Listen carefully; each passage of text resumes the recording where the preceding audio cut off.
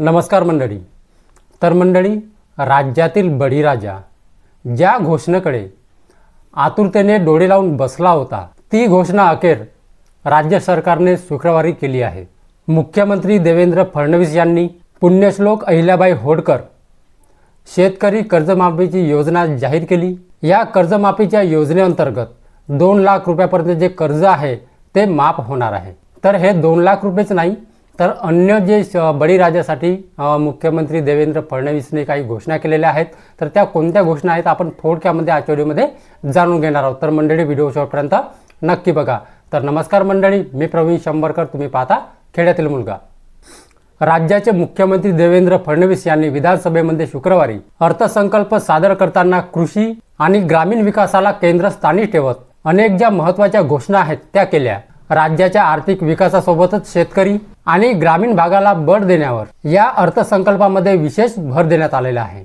तसेच शेतकऱ्यांसाठीची जे कर्जमाफीची जी घोषणा आहे ते करण्यात आली आहे. मुख्यमंत्री देवेंद्र फडणवीस यांनी यावेळी शेतकऱ्यांना 2 लाख रुपयापर्यंत जे कर्ज आहे ते माफ करण्याची घोषणा केली. राज्यातील 30 सप्टेंबर 2025 रोजी पीक कर्ज थकीत असणाऱ्या पात्र शेतकऱ्यांना 2 लाख रुपयापर्यंत कर्ज माफ देणारी पुण्यश्लोक अहिल्यादेवी होळकर शेतकरी कर्जमाफी योजना मी जाहीर करत आहे, असे ते म्हणाले. शेतकरी आणि शेतमजुरांच्या सुरक्षिततेसाठी सरकारने महत्त्वाचा निर्णय घेतलेला आहे.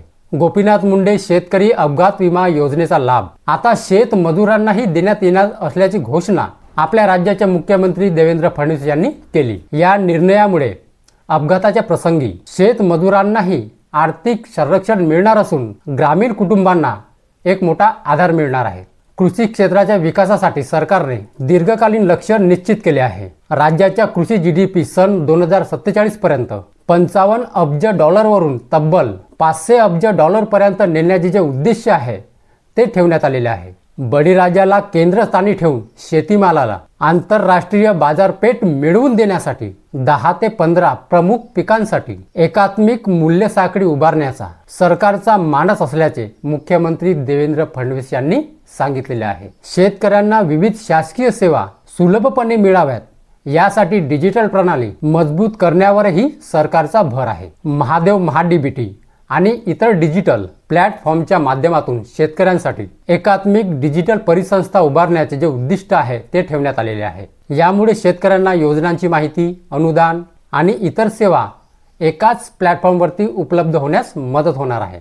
तर बघा, राज्याचे मुख्यमंत्री देवेंद्र फडणवीस यांनी शेतकऱ्यांसाठी बळीराजासाठी एक खुशखबर दिलेली आहे. 2 लाख रुपयापर्यंत जे कर्ज आहे ते आता माफ होणार आहे.